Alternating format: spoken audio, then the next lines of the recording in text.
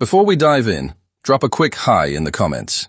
It may seem small, but trust me, it really helps YouTube share this story with more sci-fi fans like us. I'd love to see who's watching. We nuked the planet to kill him. The signal came back with 2 words. Try again. Ambassador Vrelk of the Chictari stood rigid at the foot of the throne, his antennae drawn low in submission, his black mandibles clenched tight in what his species considered respectful fear. The words hung in the chamber like a corpse, twisting from a frayed rope. The throne creaked as the almighty Krakor leaned forward. His thick, reptilian frame shifted with the sound of bone grinding on metal. Armor plates slammed against each other as he moved, crude, heavy, and built for killing, not ceremony. His tail cracked against the floor like a whip. He was angry, and when Krakor got angry, something usually died. Vrelk didn't dare flinch. A single human, on a single rock. You dropped fire from orbit, burned everything that breathes, and you tell me he's alive? Everything stopped. Even the lights seemed afraid to flicker. The Chictari aides lining the wall didn't move, didn't breathe. Vrelk lowered his gaze. The strike was confirmed. A Class 8 nuclear payload deployed. Entire surface rendered uninhabitable. Radiation levels are still climbing. And yet, Krakor growled, leaning forward until his fang-lined jaw was inches from Vrelk's trembling face. He lives. We don't understand how, almighty Krakor. That, Krakor hissed, is because your kind does not understand anything without a caste to assign the blame to. Vrelk tried not to twitch. His lower set of arms remained stiff at his sides, though every nerve in his exoskeleton screamed to flee. It would be worse if he did. Krakor leaned back slowly, resting once more on his massive throne. Tell me, sub-creature, what of the underground? Did you check the tunnels? The caves? Or were you too busy reporting a kill that didn't happen? Vrelk hesitated. Krakor's eyes narrowed. You did not. My lord, we had no indication. You had no indication? Krakor roared, his voice crashing across the chamber like a shockwave. No warrior would assume death without seeing the corpse. No predator leaves the hunt because the prey went silent. The reptilian warlord stood to his full, towering height, claws flexing as he paced down the steps of his throne. Each impact echoed like artillery. Did you send the nitpicks? Vrelk's mandibles twitched. A bead of clear fluid oozed from a gland beneath his jaw. One of the aides rushed forward with a cloth and caught it just in time. Krakor hated the sight of fluid spilled on his floor. We had not yet deployed them. The initial strike was believed sufficient. Krakor stopped. The temperature in the room seemed to plummet. You believed, Vrelk nodded once. You believed a human would die because you asked him to. Another pause. Then, low, terrible laughter. I'm glad your mood has improved, my lord, Vrelk said quietly, antennae twitching in hope. Krakor stepped close, towering over him. Stupid creature, he said, fangs bared. Your logic has no teeth, no instinct, no fury. Behind them, the massive double doors of the war chamber groaned open. A trembling communications drone scurried forward, clicking and buzzing as it bowed low. What is it? Krakor snapped. The drone's voice buzzed through its speaker. A transmission, Lord. Origin, scorched world. Coordinates match sector Theta 9. Vrelk blinked. Almighty Krakor froze. I already know, you useless scrap pile, he growled. Out of my sight. Krakor turned toward the star map. His voice dropped, heavy and low. Play it again. A different drone, embedded in the room's central pillar, obeyed. The transmission filled the chamber. No encryption. No code. Just 2 words, burned into the static like a scar across the stars. Try again. Almighty Krakor stared at the blinking light, his claws clenched. And somewhere, beneath the crust of that ruined world, something moved 4 hours earlier. Dante Strix leaned against the reinforced console of a half-lit war room, arms crossed, half listening, half annoyed. On the other end of the tactical table stood General Edward Montgomery, known across half the outer colonies as the Kraken. Not because he was elegant, or tentacled, or subtle, but because once he got sent into a sector, nothing crawled back out. The Kraken wasn't a man built for negotiation, he was built for demolition, and now he was giving Dante an errand. "You want me to go pick up rock data?" Dante asked, blinking slowly. "I'm flattered." "It's not rock," Montgomery said, tapping the console. "It's proto-alloy embedded in the crust, the kind nobody has except the Krakor. We want scans before they weaponize it." Dante cocked his head. "Still feels like a junior officer job. I'm Ares 9. You send me when you want someone dead in 5 minutes without leaving a footprint." The Kraken didn't blink. "That system's free sovereignty space. You know what that means." Dante sighed. Random alien turf wars, garbage pirates, smugglers, warlords, maybe a religious cult if I'm lucky. "Exactly," Kraken said. "Normal soldiers would freeze if things went sideways. I need someone who won't." There was a beat of silence. Then Dante gave a shrug and a crooked smile. "Fine. I'll go babysit your space dirt. Bring it back intact. No promises." He turned to leave, already hearing Shakira, his AI, booting up the ship's systems from across the hangar. Shakira was his co-pilot, and occasionally his therapist. She hated his singing. He hated her warnings. It was a functional relationship. The Gravedigger wasn't a pretty ship, but it was his. Matte black hull, illegal plasma turrets, no insignias, built like a bar fight in vacuum.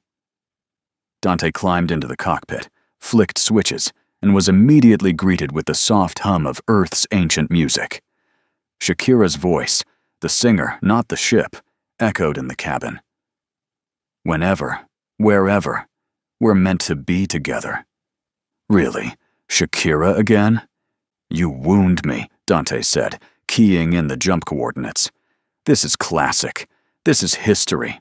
And that's where you got your name from. This is off-key torture. Your singing is murdering music that's already 1,000 years old." Dante grinned and continued singing anyway. Badly. "If you hit that chorus, I swear on my core I'll blow the airlock." The threat lingered, but it was too late. The Gravedigger hit FTL like an arrow punching through its target. Hours later, they arrived. The planet had no official owner, but ever since the almighty Krakor enslaved the Chictari, it was his by domination, not law. Dante's boots hit the surface with a hard crunch. The atmosphere was thin but breathable. Broken rock stretched for miles under red dust and ancient scars. Old Chictari mining shafts still ran beneath the surface, abandoned but intact. The shaft was colder than expected. Alloy walls lined with dust, rusted consoles half swallowed by time. Dante swept his light across a wall map etched into metal, a full layout of the tunnels. Jackpot. He found 3 sealed service doors and a broken power node crusted in fossilized mold. Junk to most. But to Dante, potential. He started dragging equipment into the main chamber, already sorting what he could fix, repurpose, or weaponize. Spare wiring, panel access codes, forgotten tools, all still buried in the dark, just waiting for hands like his. People thought he was just a killer. But give him scrap and a socket wrench, he'd build you a war. Once the room was secure and the gear was stacked, he got to work. No drama, no shots fired, just a soldier running a clean extraction. Seismic scans, core readings, structural imaging, everything the brass wanted. He uploaded the data to Shakira in under 2 hours. "Alloys confirmed," she said. "Uploading to command." Dante dusted off his gloves. Well, That was anticlimactic. You say that like it's a bad thing. He didn't answer. He was already climbing back to orbit. He was just reaching for the music controls when Shakira spoke. "Contact," she said. "Emergency FTL exit. 20 clicks out. Civilian signature. Medical ship." Dante looked up from his coffee pouch. Medical?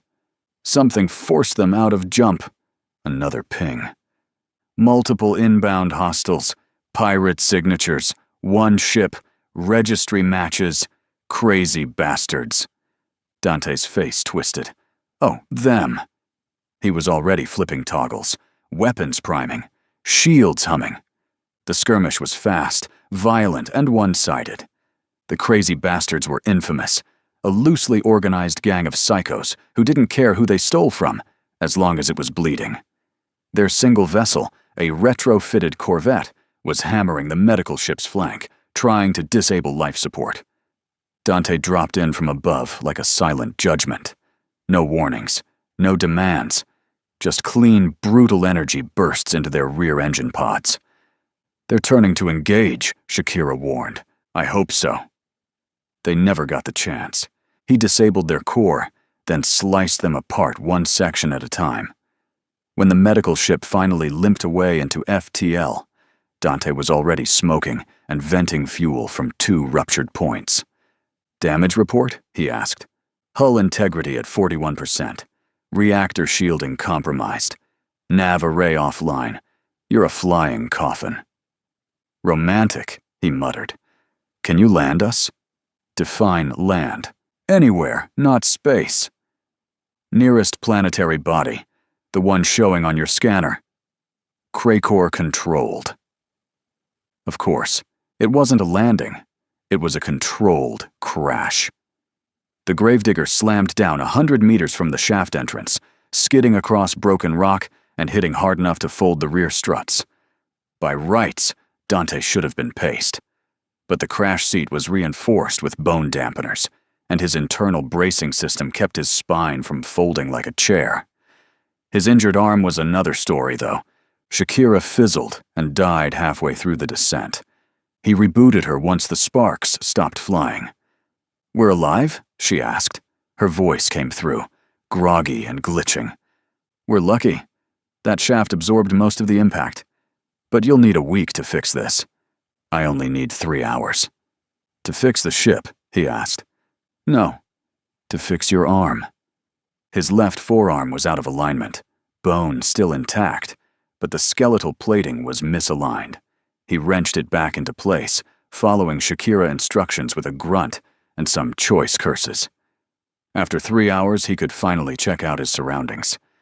The shaft walls were old, Chictari engineering, all hex-lined steel and air-stabilized corridors.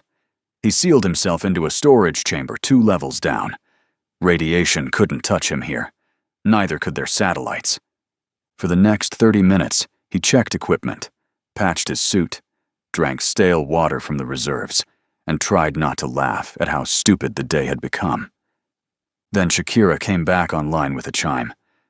"Incoming energy spike." He paused. "What kind of spike?" "Orbital signature. It's a payload. Class 8 nuclear. Detonation in 30 seconds. Dante blinked. "They dropped a nuke?" "Correct." He looked up at the cave ceiling. "Wow, little overkill, don't you think?"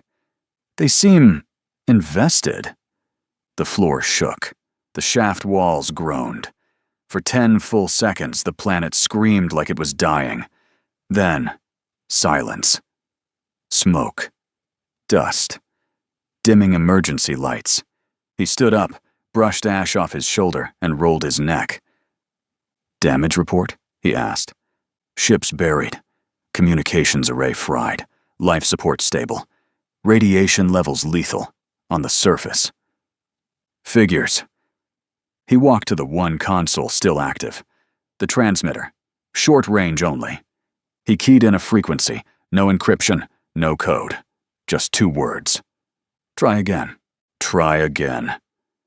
The message hissed into silence, echoing once more through the chamber, like a curse the stars themselves refused to erase. Ambassador Vrelk dared not move. None of them did. The almighty Krakor remained still for 3 long, unbearable seconds. Then he stood, slowly. The sound of his armor rising was like metal plates grinding over bone. The drone that delivered the message hovered in place, still projecting a blinking red icon. Still alive. Still speaking. Krakor turned. "Did I ask it to repeat?" The chamber shuddered. The drone, as if realizing its sin too late, let out a final chirp. "Try again." Krakor's clawed hand slammed through it, splitting its core in half. Sparks, smoke, a hiss like a dying animal. He turned toward Vrelk. "You told me the human was dead. You said the payload would leave nothing." Vrelk's second set of hands trembled behind his back. I attempted to warn you, almighty Krakor." "You attempted nothing. You obeyed slowly and reported late." Vrelk opened his mouth again, datapad in hand. Krakor wasn't listening. He was already moving to the war table. "He's underground. So be it. Send in the nitpicks. But my lord, flood the shafts. Bleed the tunnels dry. I want him melted from the inside out." Below, deep beneath the scorched surface, Dante was in the middle of improving his low transmitter for a long-range transmission when the walls began to vibrate. Not from an explosion, not from tectonics. Buzzing. Like a hive. Dante froze, pulse steady but breath sharp. He could feel it through his boots, like something chewing its way through steel. "Shakira, what the hell is that?" "Motion sensors lighting up like a fireworks parade," she said. "Multiple heat signatures. Small. Fast. Biological with mech traces." He grabbed the only working rifle he'd patched together from shaft scrap, then moved toward the tunnel bend. How many? Too many. The hum was rising. Layered. Rhythmic. Almost patterned. Like a sound check before a murder. "Shakira, give me something. What are we dealing with?" "Analyzing," she said. "Nitpicks." Another gift from the Krakor. Her voice started glitching. "Matching. Sonic resonance detected. Comparing patterns." Now would be good. Cross-referencing. Oh no. Oh no, what? I know how to stop them. But you're not going to like it. "Tell me." "You're singing." Dante blinked. "Excuse me." Their swarm behavior's coordinated by vibrational resonance. The frequency you hit when you sang, poorly, matches a neural disruption threshold in their biomechanical swarm link. "Wait, are you saying I'm their kryptonite?" "Yes. Your voice is a biological weapon. May the stars have mercy." The buzzing got louder. The first nitpick skittered into view. Small, crab-like things with stingers like heated needles and servo legs that clicked in unison. "Play it," Dante said. "Dante, I recorded that to shame you, not to save your life. Play it anyway." She triggered the external broadcast. Through the jagged speaker array of the half-crushed gravedigger came the sound of Dante Strix belting out ancient earth pop, off-key, loud. "We never... Wherever..." The nitpicks froze mid-charge, twitched. One let out a shriek, then another. Then... pop, like overcooked fruit. Then another burst. Then 5 more. A cascade of exploding insects, writhing in sonic agony as Dante's tone-deaf assault filled the shaft. He watched, half-stunned. Shakira muted the playback with disgust. "Your voice just melted a genetically weaponized swarm, Dante. Told you I had range." In orbit, reports came in, and Krakor did not like what he heard. The war chamber reeked of ozone and humiliation. "Confirmed, my lord. All nitpicks neutralized. No survivors. Acoustic overload detected prior to detonation. Source: unclear." Almighty Krakor stood before the tactical holotable, claws flexing so hard the bone beneath his scales cracked. His nostrils flared as the AI drone beside him finished its report. He didn't respond. His breathing deepened.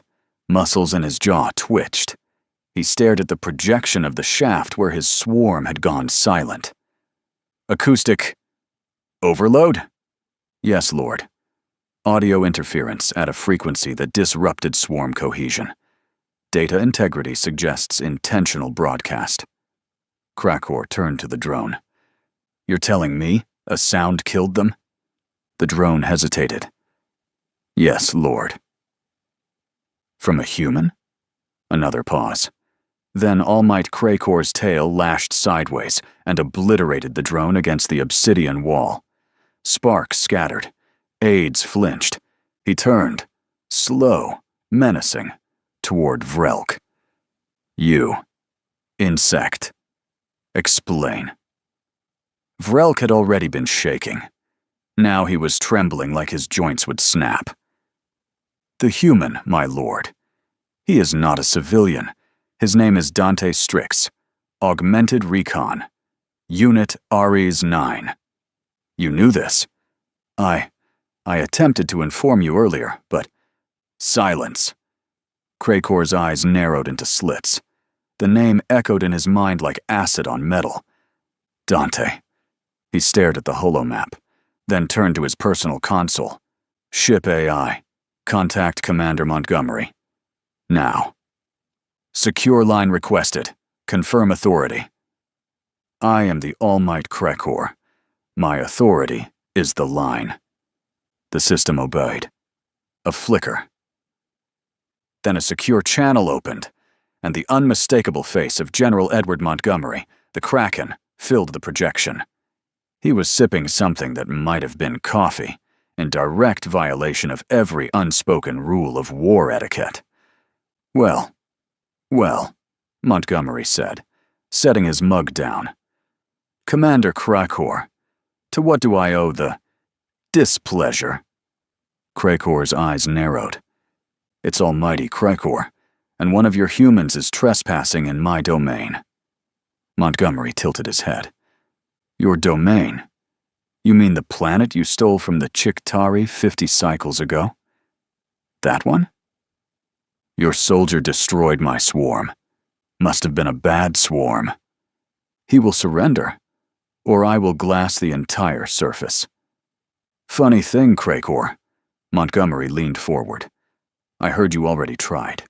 Besides, Dante doesn't surrender, and you can't glass what you already nuked and failed to kill. Krakor's mandibles clicked. It's Almighty Krakor. You will retrieve your dog. Already on the way? Montgomery's smile didn't reach his eyes. And if you try to interfere, I'll show you what a real extinction-level event looks like. Silence pulsed across the line. Commander Krakor, Montgomery added with a polite nod. Unpleasure's been all mine. The feed cut. Krakor's claws dug into the console. He didn't scream. He didn't roar. He simply turned to Vrelk, eyes glowing. You allowed a human fleet to approach my world. You allowed this infestation to spread. My lord, take the command of a fleet. Kill the human before he reaches orbit, and make sure that you obey my order before the Kraken appears. Orbit. 22 minutes after the Nitpick's defeat. Vrelk stood at the center of his fleet's command deck, mandibles tight with restraint. He'd arrived early, by order of the Almighty, with 3 cruisers and a full escort. 20 minutes had passed in orbit over the scorched planet. 20 minutes of doing nothing. Just waiting. Exactly what he knew Krakor would later call cowardice. But he wasn't about to start a war with the humans. Not today. The holosphere pulsed. New contact, one of his bridge aides whispered. Large formation. Human signature. A moment later, space rippled. The Kraken fleet arrived.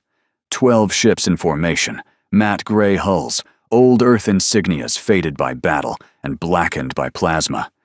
And leading them, dead center in the formation, was the flagship, UEV Kraken, a brute of a ship ugly, slow, unstoppable. Vrelk's antennae lowered as the encrypted hail arrived. He accepted it instantly. The holoprojector activated, and General Edward Montgomery appeared, calm, focused, and just as terrifying in silence as in battle. "Ambassador Vrelk," Kraken said, his voice polite, almost soft. "I see you brought friends." "My orders were to intercept the human," Vrelk said, bowing slightly. "But I have. Not engaged." "Smart choice," Kraken replied. He tapped something off screen. "Sending down a pickup now. Let's keep things clean." Vrelk nodded once. "Understood. I will not interfere." Surface, 6 minutes later. A human gunship cut through the smoky sky, flying low over broken rock and scorched ground. It reached the collapsed shaft and set down hard, landing struts hissing as they hit the surface. Dante emerged from the underground hatch, dirty, tired, and still humming whatever Shakira had last cursed him for. The gunship's ramp lowered. A squad of med-engineers ran to assist, but he waved them off and carried Gravedigger's core processor himself. The black cube pulsed with faint blue light. "She's heavy," Dante muttered, "but she screams in 3 languages. Be gentle." The team loaded the AI into the gunship's core housing. Dante stepped inside, gave the shaft one last look. Then they lifted off. Orbit. Moments later. The gunship rejoined the fleet without resistance. Vrelk hadn't moved. His own bridge officers glanced at him, some expecting retaliation. He gave none. Instead, he requested a direct line to the Kraken. Montgomery appeared again, now aboard his flagship, standing beside Dante. Dante gave Vrelk a curious glance. "That's the bug who didn't shoot us?" "The very one," Kraken replied. Vrelk bowed again. "Commander Montgomery, Sergeant Dante Strix, congratulations on surviving the nitpicks. And thank you." Dante blinked. For what? Those biomechanical swarms. They were the reason my people lost our war. We could never stop them. Not with fire, not with logic, but you did, in your way. He looked down, voice low. Dante offered the slightest smirk. "Glad my voice was finally good for something." Kraken cut in. "Vrelk, you were given orders to kill him. Why didn't you?" "Because, Commander, it would have been a war, and I have no more strength for that. It's time to let it go." Kraken didn't respond. He ended the call. After the humans left, Vrelk stood before a holoscreen in a darkened chamber aboard his returning ship for a few minutes. Then he requested a connection with the almighty Krakor. The warlord's eyes glowed, his eyes narrowed. "The human escaped. The way I see you, you let them take him. You defied my orders." "I followed my instinct, my lord. The Kraken came ready to kill. A battle would have cost us much." Krakor leaned forward. "You mean it would have cost you?" Vrelk did not reply. "You let them take my prisoner, and now we look weak." Silence. "You are no longer useful to me. My lord, please, You are hereby reassigned to the glacial garden." The screen went black. Vrelk stood in silence. The chamber around him felt 10 degrees colder already. The transport didn't land so much as shove him out. Vrelk hit the snow hard, the impact sending a dull ache through all 4 limbs. His breath crystallized the moment it left his mandibles. The wind bit into his joints, slow, gnawing. Not lethal. Not yet. But he could feel it, settling in, the way it crept under his plating. This wasn't exile, it was erosion. The glacial garden stretched before him in all directions, a vast white graveyard under a pale green sun. There were no walls, no guards, just the cold. And silence. Not even a farewell transmission from Krakor. Not that he'd expected one. A faint blue light blinked in the distance, half buried in snow. The outpost. He walked. Inside the outpost, the door opened with a shriek. Old hydraulics, barely maintained. Vrelk stepped into recycled air thick with sterilizer and rust. 3 Chictari sat inside, gathered around a flickering console. A few other species lingered in the shadows, silent, thin, half forgotten. He'd assumed only Chictari were exiled here. Apparently not. None stood. None saluted. One of them, a massive, cracked-shelled male with dimmed ocular ridges, slowly turned to him. "You're early," he rasped. "Good. We needed a replacement."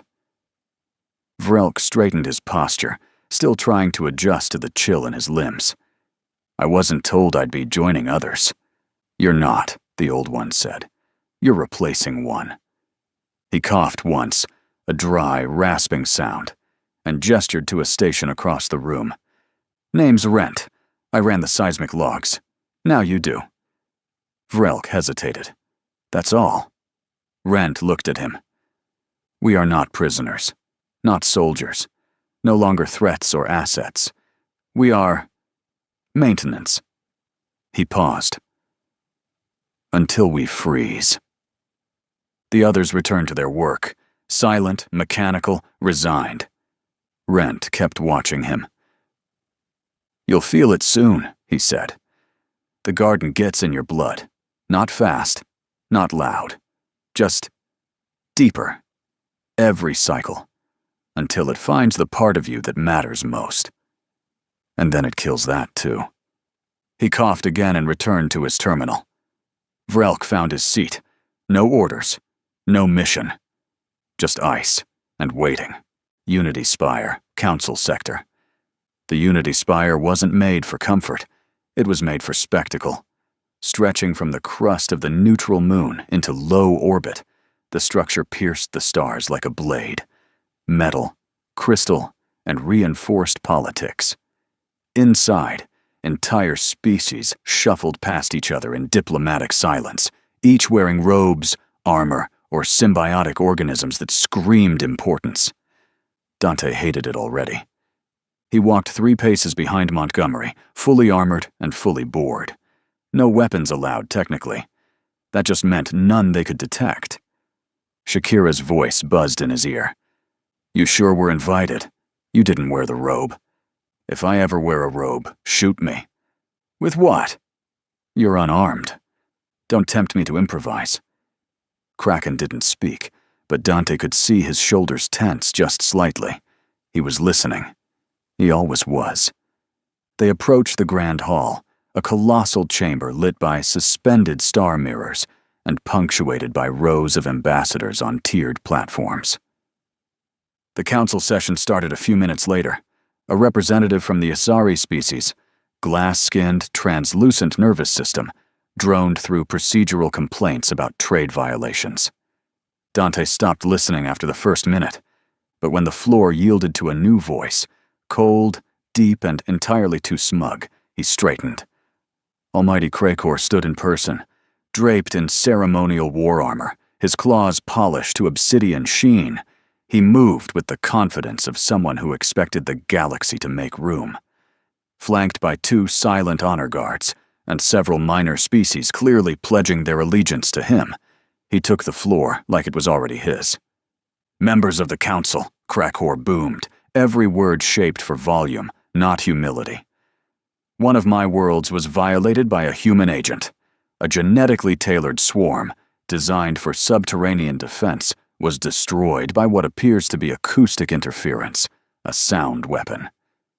Gasps and murmurs. Krakor wasn't finished. "This is a violation of Treaty 9C, human biological experimentation, territorial aggression. The Krakor Dominion calls for sanctions and stands ready to enforce them." Dante muttered. "He's really saying my singing was a war crime."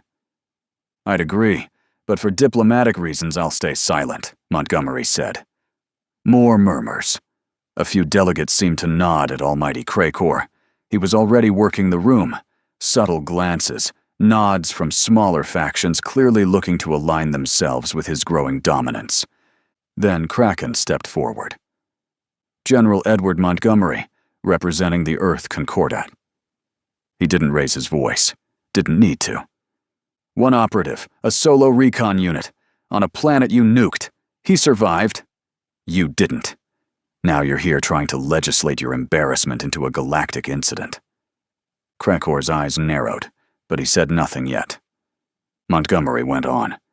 You want sanctions? Earn them. You want war? Start it. But don't pretend your empire of chains is the victim here. A pause. You brought fire. He brought noise. I'd call it a fair trade. He trespassed. He lived. Something your elite swarm couldn't do. The room stirred. Tension snapped like a taut cable. The council chair called for a recess, but the damage was done. Krakor turned without another word and walked back to his seat, surrounded by his allies. Montgomery leaned toward Dante. We just made his list. Pretty sure I was already on it, Dante muttered. The UEV Kraken drifted through deep void, silent except for the faint hum of post-council tension. Dante leaned back in his chair, boots up, helmet off, drinking something that might have been coffee if brewed by a war criminal. Next time you drag me to a diplomatic summit, he muttered, I'm bringing a flamethrower. The Kraken, standing at the forward console, didn't turn. And I'll bring earplugs. Shakira's voice crackled in Dante's neural link. Scanning encrypted comm records from orbit, I found something strange. Dante sighed. You fought a swarm with a love song. Define strange. A pause. I'm picking up your voice. Dante blinked. Okay, rude. Not your voice now. A recording. Low bandwidth echo embedded in background noise. Audio signature matches your off-key assault from the shaft. The Kraken turned slightly. Why would your voice be bouncing around encrypted comm logs? Because, Shakira said slowly, someone piggybacked a data stream onto the song. She paused. Dante, they used your terrible singing as a delivery system. Dante squinted at the console. Wait, you're saying I'm a secret weapon and a data courier? No, Shakira deadpanned. You're just loud. But whoever sent this was smart. Lines of data scrolled across her projection. Maps, charts, biosignatures, seismic readings. Then, microbacteria. Genetically unknown. Thermal resistant. Photosynthetic under green radiation. Lifespan impact. Exponential. Dante leaned forward. That's from the glacial garden? Shakira's voice was quiet. Confirmed. Then a second file appeared. A message. No signature. Just audio. One voice. Familiar. To the human who sings louder than death, I hope you understand this better than they will. The Kraken nodded. Vrelk. Dante sat upright. He sent us the damn cure to dying? No, Shakira said. He sent us the reason Almighty Krakor can't have this planet. A silence passed. Then the Kraken turned to the ops console. Prep a recon team. Get me a scientist who can operate in sub-zero deep range. Black level protocol. Dante stood. Guess I'm going back to the freezer. Of course, Shakira muttered. Hell is too warm for you anyway. Hey there, space human. I'm really curious about your thoughts on this video. Drop a quick comment and let me know what's on your mind. Or just say hi if you prefer. Either way, I'd love to hear from you. Also, remember to check the pinned comment. Trust me, it's worth a look. Oh, and one last thing. I've chosen another video for you to watch. Just click the card here. Or here if you want the whole playlist. See you there.